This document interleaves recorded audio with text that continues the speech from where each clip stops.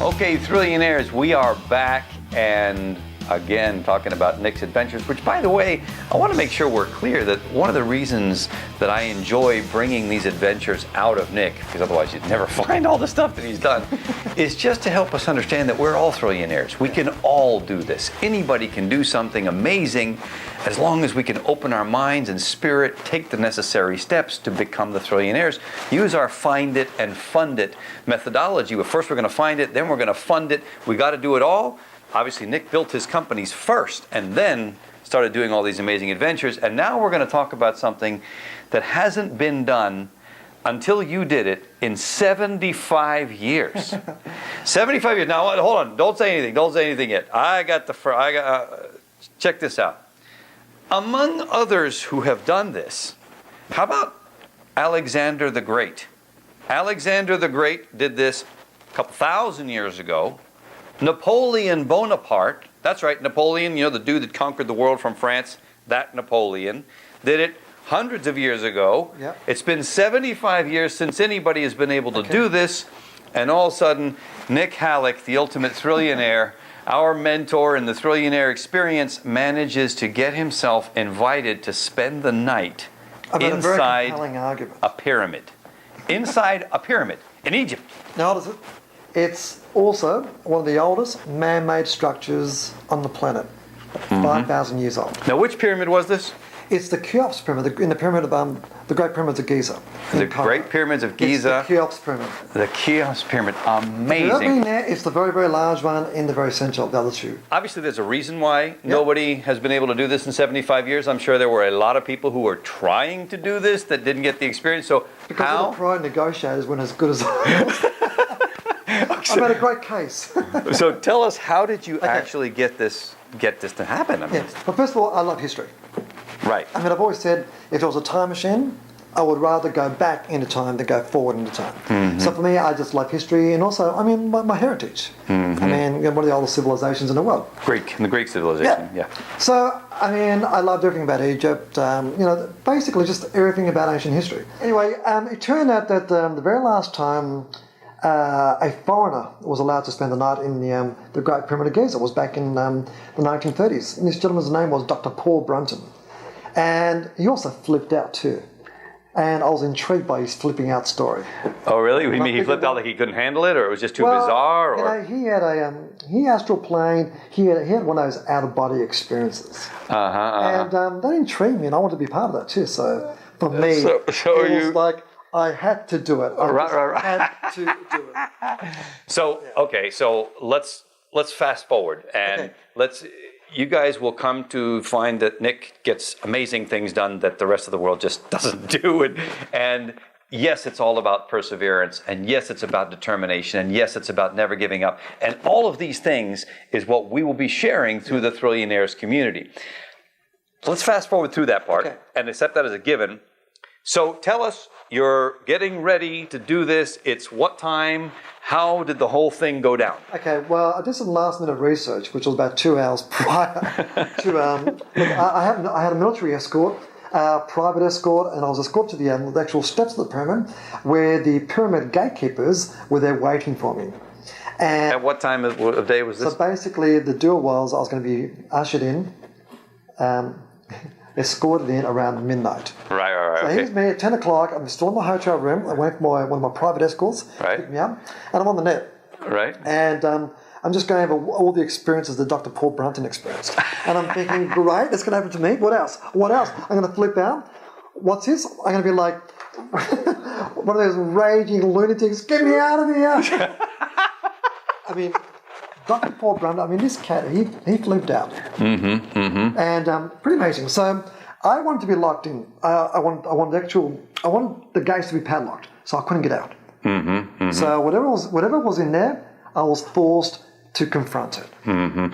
Which is an incredibly powerful law of success. You must confront the demons, whatever they may be. Absolutely. I mean. So you're there at midnight, you're standing outside the gate, somebody's got a key, then what happens? Okay. Well, the cool thing was I actually opened the gates.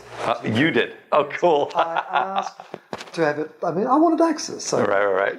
I also wanted lights out. I wanted leave the lights on for the first 15, 20 minutes just so I can orientate myself, and then just I want total blackout. So just like it was 3,000 years ago. Absolutely, definitely. I want it blacked out. I want it locked so I can't get out. Right. And I just asked to be left in there for 6 hours. And I told them, come and collect me at 6 a.m. Right. So basically, you walk into the pyramid and the big door goes thunk. Bang. And that was it. And that was... And I knew I was on my own. So let me just say... one of the oldest man-made structures in the world was your private residence for the night. It's like it takes sleeping over like to a whole different meaning. You know? Yeah, a sleepover goes to a different meaning. Hey, join my slumber party. Yay. Anyway, you're inside the pyramid. And what's going on? Tell us, what was that like to be inside the pyramid? Well, my first objective was to just explore the different cabins. I mean, there's this one huge hallway, and you got to hike up for some time. And you got the Queen's Chamber and you got the King's Chamber on top. So I went to just orientate myself, just find my bearings, and I knew where everything was before the lights went out. Right. And by then, I was had to feel my way around things. That might be fine for the rest of the world. I'm glad it was you and not me. Okay, so then what happened? Well, I finally made it to the other King's Chamber, and I just looked around and checked the entire esophagus out, and I went to the other Queen's Chamber, just familiarised myself. And then back to the King's Chamber, and by then it was just total darkness. Pitch black. I mean, so I stood there in the black, corner, like dark, like the bottom of the ocean black. Against the wall. Now, mind you, it was December time. It was freezing outside, and it would have been like about 110 Fahrenheit inside the actual pyramid. Wow, so you were sweating. About 41, 43 Celsius. Wow. So it was hot in there. Incredibly hot. Oh, and wow. this low drone, this vibrating pulse, there was like this inexplicable energy source. I mean, just defied logic. But for me, typical muso, right? I'm thinking, damn it, I forgot my guitar. Right. The most perfect reverberation. Right, would have been amazing to play some music there. The world cannot actually emulate this particular reverb. Yeah. Building pyramids is a kind of a tough thing to do these days. Great. I mean, it must have been built for musos because the ambience was unbelievable. And I wish I just had a 12-string and just went bang. And then did you eventually go to sleep, or what happened? You know what? I just walked around, and then I actually started to chant to gauge whatever response was actually inside the pyramid to see whether I can engage a being or whatever might be there, reciprocal energy, or anomaly, perhaps. I happen to know that nearing the end of the experience, you shared with me that there was some very strange sounds. What happened? This is inside the pyramid. The doors are locked. There's no possibility of anything being alive in there. And yet, what did you experience? I felt something. There was something around me. There was an aura of. I mean, I can't even explain it. I mean, I just felt something brushing up against me. I mean, there was something that was just blowing. I mean, it was.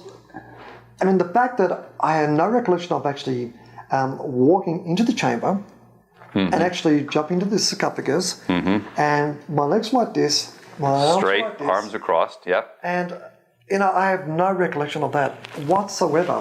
And look, when I woke up about probably between about 5:30 or 5:45 a.m., and it was like I had spent 3 or 4 weeks in a coma. I mean, it was just one of those type of rest periods. But how's this, right? I got up and I'm thinking, oh my God, what time is it? What time is it? So I had my camera and I started documenting my first thoughts. Right. And I was actually filming myself, and I'm just recollecting the events of the last few hours, what transpired. And as I recorded, there was no any background noises at the time. Right. But on playback of this particular video, right, there were particular sounds that I couldn't explain, but they sounded very reptilian-like. All the way down. So looking up, so I've got all the chambers went down very, very, very top over here. Below us over here, we've got the Queen's Chamber. After you came out of that, how did that impact you, or how did you feel changed by literally sleeping in the king's tomb, something Alexander the Great, Napoleon Bonaparte, and you? Sir Isaac Newton, some of the most amazing cats in the world. But I felt very humbled. And I think, it wasn't like until a couple of days and couple of days later, I just said to myself, I can't believe I actually did it. I actually pulled it off. Right. And you know what? And nobody would believe me. That's right. Well, we've got the footage, so. It was just, look, it was an incredible experience. Well, you know what? Let's just end on that, because that's the experience that I want to hear from Thrillionaires all over the world. I can't believe I actually did it. So I'm just going to change it. So I'm just going to manifest something, this greatness about it. But the thing is, to me, it was unique. And how many people get a chance to do this? That's why we're going to support our community all over the world. Thanks, guys. Leave us a post. What did you think of that one?